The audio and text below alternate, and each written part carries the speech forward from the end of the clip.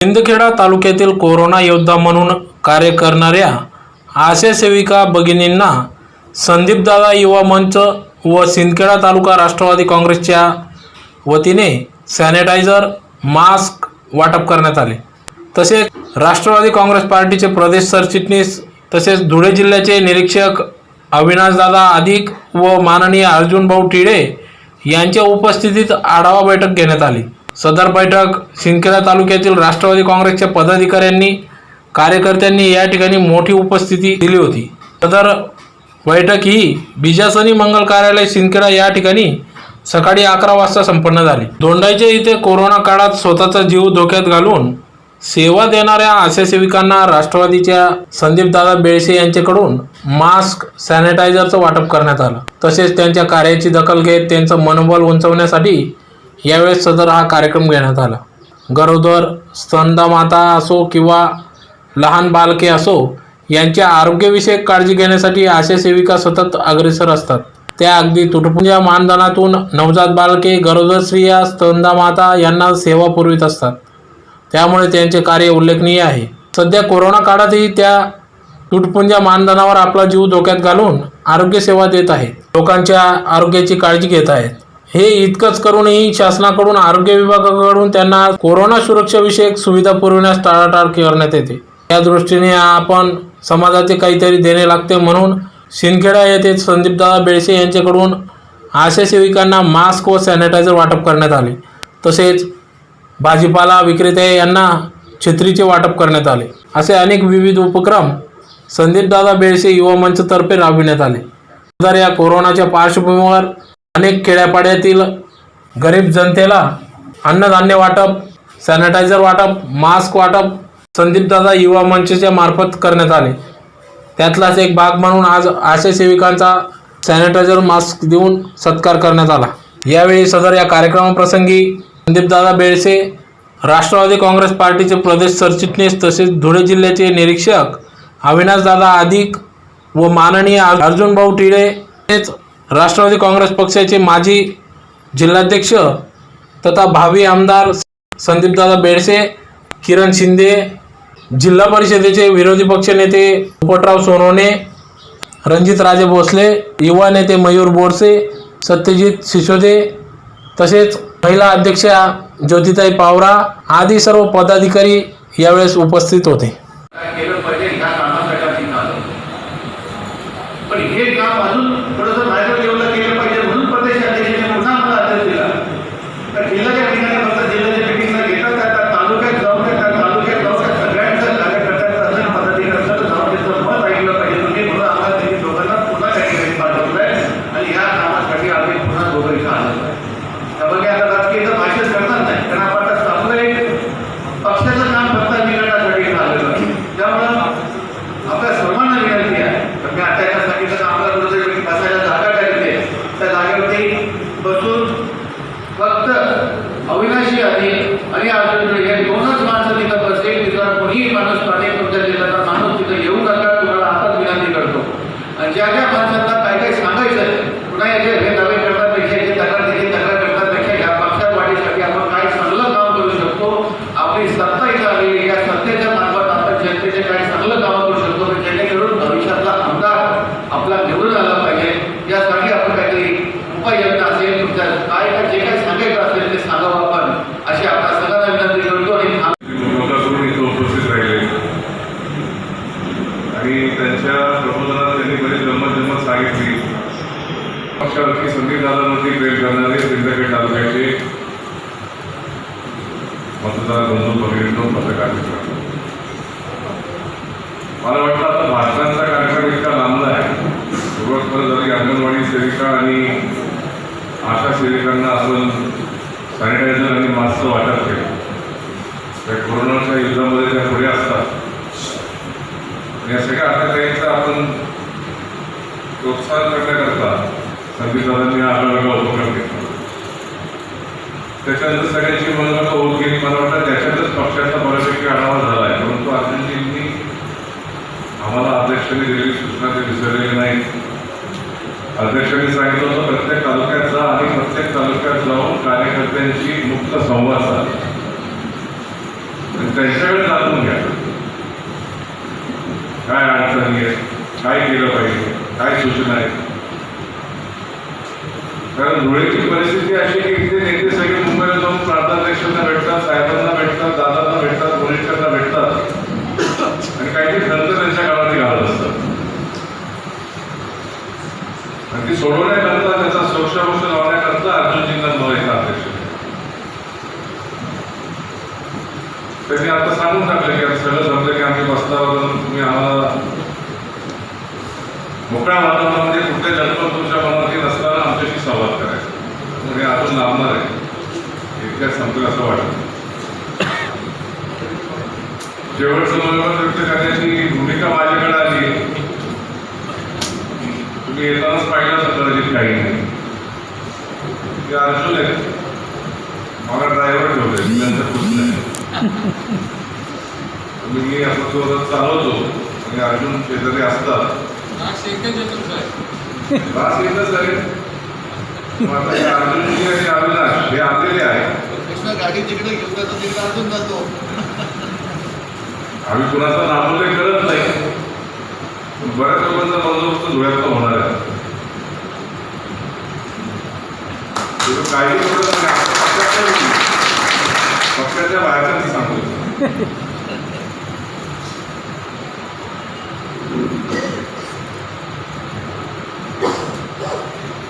अतिशय मुक्त अशा वातावरणामध्ये इथे आलं,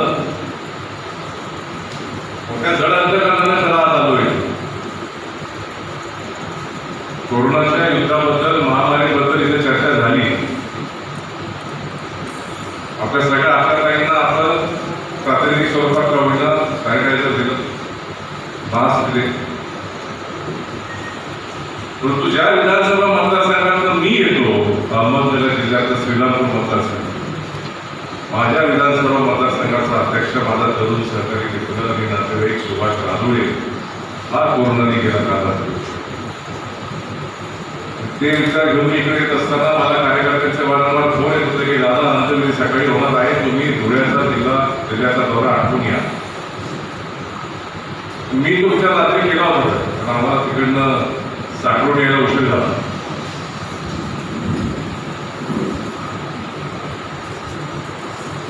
साखळीला काल फार चांगली बैठक झाली. सोनवणे साहेब होते, जितेंद्र मराठेजी होते.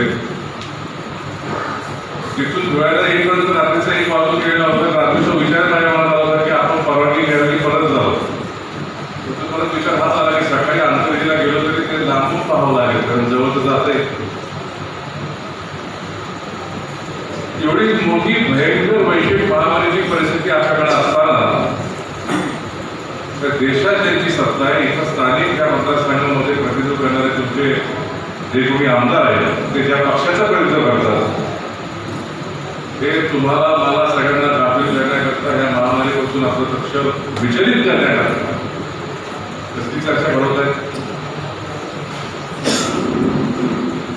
आता एकदा बसल्या की फोनवरती पाहिलं की जगामध्ये 2 नंबरचे आता केसेस भारतात झाले. 42 लाखाचा आकडा आपण पाहतो. 42 लाखापेक्षा जास्त रुग्ण आपल्याकडे झाले. वेगवेगळे पण नशिबाने ते बाहेर पडू शकले, पण आपले जवळचे काही लोक दगावतात. आणि हे संकट काय गेलेलं नाही, जाईल की नाही माहिती नाही. हे भारत सरकार पूर्णपणे सबसेट फेल झालेलं आहे. या महामारीच्या बाबतीमध्ये हे भाजपाचं सरकार पूर्णपणे अपयशी ठरलं आहे. त्यांनी वेगळं सांगण्याची गरज नाही.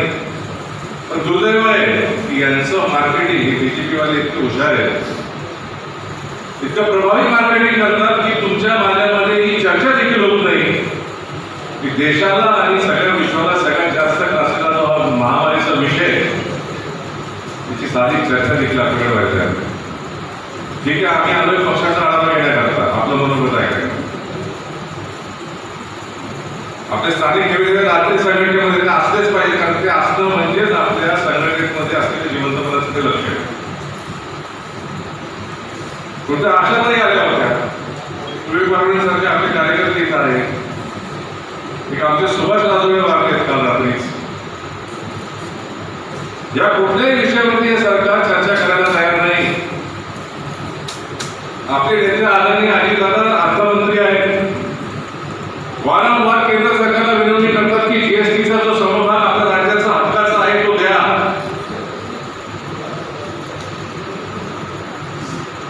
या महामारीचा मुकाबला करण्याकरता पैसे तर पाहिजे, काही बळ तर पाहिजे. कशात तो उभं करायचं ते कसं द्यायचा आला पण नाही. चर्चा काहीतरी वेगळीच आहे. तुम्ही कुठल्याही तुमचं वर्तमानपत्राचा किंवा न्यूज चॅनलचा ऍप करून पहा. काल मी धुळ्यामध्ये होतो, धुळ्यात गांधीची बैठक चालली होती. राष्ट्रपती भवनामध्ये काही पत्रकार मंडळी आली आणि एका पत्रकाराने मला प्रश्न विचारला. काय विचारलं? ते गंगाना रणावत म्हणून काहीतरी आहे कोणतरी, त्या काहीतरी बोललंय. मी आमच्या मित्राला म्हणल्यावर तो कोणाबद्दल बोलतो मला माहिती नाही, तुम्ही प्रतिक्रिया आहे. तर गंगाना रणावत काय बोलताय ही चर्चा प्रत्येक माणसा करत. इथं देखील तुम्हाला माहिती असेल आपल्या देशात 42 लाखापेक्षा जास्त रुग्ण झाले कोरोनाची, ही माहिती नसेल आपल्याकडे. संविधानाने इथं बरोबर व्यक्त करताना सांगितलं की आशा ताईंना 2,000 रुपये केंद्र सरकार आणि राज्य सरकारचे मिळतात. 1,000 रुपयावर हप्ता मिळतो, ते प्रत्येकी फक्त 5,000. प्रत्येक गावात जातात, प्रत्येक वाडे वस्तीवरती जातात, पाड्यावरती जातात, स्वतःचा जीव धोक्यात टाकतात. किती पैसे मिळतात? 5,000 रुपये. त्याच्यावरती काही चर्चा होणार की नाही? राज्य सरकारच्या वाट्याचे पैसे केंद्र सरकार देत नाहीये. आपल्यापैकी किती लोकांना कल्पना आहे याची? आता राज्य सरकारकडे पैसा आलाच नाही तिजोरीमध्ये. तुमची माझी अपेक्षा काही असेल देणार कोणी सरकारचे पैसे, आणि मग हेच भाजपवाले परत प्रचार करत सुटतील की बघा यांच्या ताब्यात तुम्ही राज्य दिलं, त्यांनी वाटवलं. तुमच्या माझ्या खिशात नंबरीच नसेल, खर्च करणार कशातून? आता इथं बरं इथं संदीप दादा आहे, फळ विक्री करणाऱ्यांना, भाजीपाला विक्री करणाऱ्यांना ते छत्री देतात. गेल्या वेळी आम्ही आलो होतो 9 ऑगस्टला, त्यावेळी त्यांनी इथंच रुग्णवाहिका दिली. आमच्याच उपस्थितीमध्ये तहसीलदारांच्या हातात सुपूर्द केली. त्याच्यानंतर काही विषय दुसरी एक रुग्णवाहिका दिली. ते तुम्ही करता म्हणून चांगलं आहे. इथे ज्योतिताई आहेत, डॉक्टर ठाकरे आले, ठाकूर आलेले आहेत. हे त्यांच्या परिणाम शिरपूरमध्ये काम करतात. माहिती घेतल्याप्रमाणे डॉक्टर साहेब आपला वैद्यकीय व्यवसाय सांभाळता समाजकारण करतात. आणि मराठी शक्तीशी लढा देत 70,000 75,000 मतं घेतात. असे आपले कार्यकर्ते. चित्र खूप चांगलं आहे, तरी काहीतरी सुसंवाद, त्या सुसंवादाचा अभाव आहे. पण आजच्या निमित्ताने मला लहानचं भाषण करायचं आहे, पण विनंती करायची की ज्या प्रश्नांची चर्चा झाली पाहिजे ती घडवून आणा. आपल्या सोशल मीडियाच्या माध्यमातून पावसाचं आहे किती चुकीचं सगळा प्रसार होत राहतो. नाहीतर गोष्टीची चर्चा आपल्याकडे होत राहते, नाहीतर गोष्टींमध्ये आपला वेळ जातो. जे महत्वाचे प्रश्न आहेत त्या प्रश्नांकडे आपण लक्ष देत नाही, आणि त्या प्रश्नांकडे आपलं लक्ष जाऊ नये एवढीच खबरदारी हे भारतीय जनता पक्षाने घेतात. काल परवा पाहिलं असेल ना तुम्ही, देशाचे पंतप्रधान मोरांना घेऊन बसले होते. आता काही श्रीकृष्ण आहेत का हे मोरांना घेऊन बसतात, त्यांना दाणे खायला घालतात. देशात इथं फार अगदी वाटोळं झालंय. महामारीचा एक विषय आहे, पण या महामारीमुळे आपल्याचं आर्थिक सगळीच व्यवस्था अडचणीत आलेली आहे. फार मोठं आर्थिक संकट या देशापुढे आलं आहे, चर्चा नाही. इथं बरेच तरुण वर्ग आहेत मित्र. बेरोजगारीबद्दल काय,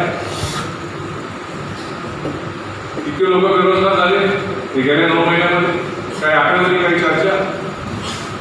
आता काल परवा टीव्हीवरती पाहिलं की तिकडं बिहारमध्ये आणि उत्तर प्रदेशमध्ये तरुण वर्ग संध्याकाळी 5-5:30 खाड्या घेऊन वाजवायला बसतात आणि मागणी काय करतात? आम्हाला रोजगार द्या, नोकऱ्या द्या. त्याचा प्रसार होत नाही, त्याचा प्रसार मीडियाही करत नाही, दुर्दैवानं ना आपणही चर्चा करतो. मग आजच्या निमित्ताने एवढं सांगेल जे खरे प्रश्न आहेत कार्यकर्त्यांसोबत पक्ष संघटनेचं काम भविष्यात अधिक चांगलं झालं पाहिजे या उद्देशानं अध्यक्षांनी आम्हाला इथं पाठवलंय. आम्ही आता बसू, आपलं ऐकून घेऊ. मात्र एवढंच सांगितलं नाही त्या गोष्टीकडे आपण लक्ष देऊ नये. ज्या महत्त्वाच्या गोष्टी आहेत त्यांच्याकडेच आपलं लक्ष असू द्यावं. चांगला कार्यक्रम घेत राहा. तुमच्यासारख्या लोक असल्यानंतर मला खात्री की नजीकच्या काळामध्ये आपल्या पक्षाला चांगले दिवस आल्याशिवाय राहणार नाही. फक्त हे भारतीय जनता पार्टीचं महत्त्व सरकार आणि एसटी प्रचार यांचा मुकाबला कसा करायचा हे पाहू. बाकी एकनाथ भावसार साहेब आहे, मयूर आहे, परंतु दोंडाच्या आपण सर केल्यासारखं आहे. शिंदेगडात तुम्हीचा सत्यजित आहे, सत्यजितच्याच नावाचे किंवा राशीची इतर सिसोदे कशी येतील आपण पाहू.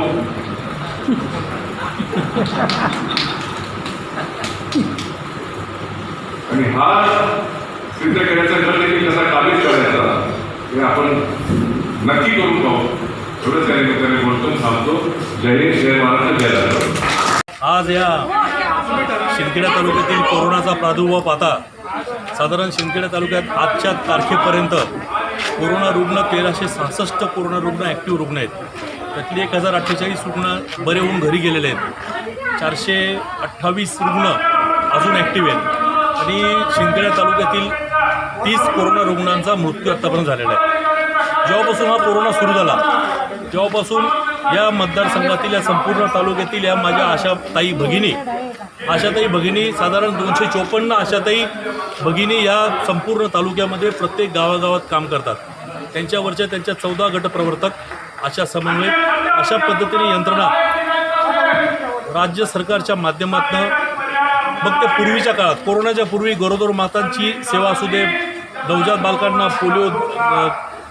पोलिओचा डोस देण्यापासून असू दे, काहीतरी लस देण्यापासून असू दे, नवजात बालकांची 1 ते 15 महिन्यापर्यंत देखभाल असू दे, हे सगळं कार्य ह्या माझ्या भगिनी करत असतात. या माता भगिनी अतिशय कमी तोडक्या मानधनात जे राज्य शासनानं 2000 रुपयाचं मानधन देतं आणि आता परवाच्याला आता ते पण नाही त्याचा आपण पाठपुरावा करू. थांबा जरा, त्याचा पाठपुरावा करू आपण. जे काही तोडक्या मानधनात या माझ्या भगिनी काम करतात. मग या कोरोनासारख्या युद्धामध्ये आज प्रत्येक गावागावात ह्या भगिनी कोरोनाचा कुठला रुग्ण सापडला तर त्या रुग्णाची त्याला तिथं शिफ्ट करण्यापासून घरपोच सेवा देण्यापासून त्या प्रत्येकाचं गावातील प्रत्येक घरात प्रत्येक कुटुंबातील सदस्याचं टेम्परेचर मोजण्यापासून या जीव धोक्यात घालून या भगिनी माझ्या काम करत असतात. तर आमच्या याच्याशी चर्चा करत असताना लक्षात आलं की त्यांना मोफत याच्यामध्ये सॅनिटायझरचं त्यांना वाटप नाही, सॅनिटायझर त्यांना मिळत नाही जे त्यांना कोरोनापासून त्यांना प्रादुर्भावापासून टाळू शकतं. मास्क बऱ्याच भगिनी तुम्ही तर बघत असाल ते तोंडाला आपलं स्कार्फ लावून आलेले आहेत, साडीचा काही पदर बांधून त्याचं काम करतात. यांना काहीतरी चांगले 2-2 मास्क कॉटनचे दिले पाहिजेत. राष्ट्रवादी काँग्रेस पार्टी शिंदखेडा तालुका व संदीपदादा बेडसे युवा मंचच्या वतीने आम्ही या शिंदखेडा मतदारसंघातील सगळं 270 आशाताई भगिनींना आज 1-1 लिटर सॅनिटायझर आणि 2-2 मास्कचं वाटप केलेलं आहे. भगिनींना मी इथं सांगू इच्छितो, या पुढील काळात तुमच्या कुठल्याही काही अडचणी असतील शासन दरम्यान सारख्या कोरोनासारख्या होत्या, तुम्ही माझ्या रणरागिनी भगिनी चांगल्या पद्धतीने काम करतायत, अशाच जोमाने काम करत राहा. परंतु हे काम करताना आपण आपल्या कुटुंबाची पण काळजी घ्या. आपल्या कुटुंबाला, आपल्या लहान मुलांना कुठला याचा प्रादुर्भाव होणार नाही. घरी जाऊन सॅनिटायझर दिलेलं ते चांगल्या पद्धतीने वापर करा. सोशल डिस्टन्सिंगचं पालन करा. तुमचे सगळे प्रश्न सरकार महाविकास आघाडीचं आहे, आपण शासन दरबारी सोडवण्याचा एक भाऊ म्हणून मी प्रयत्न करेल असंच तुम्हाला आधी पण अभिवचन दिलं आहे, आजही सांगतो. आणि या सगळ्या भगिनींना एक चांगलं ऊर्जा देण्यासाठी शिंदखेडा तालुक्यातील राष्ट्रवादी काँग्रेस पक्षाचा सामान्य कार्यकर्ता या भगिनीच्या खांद्याला खांदा लावून काम करेल एवढी मी आपणास ग्वाही देतो. नमस्कार.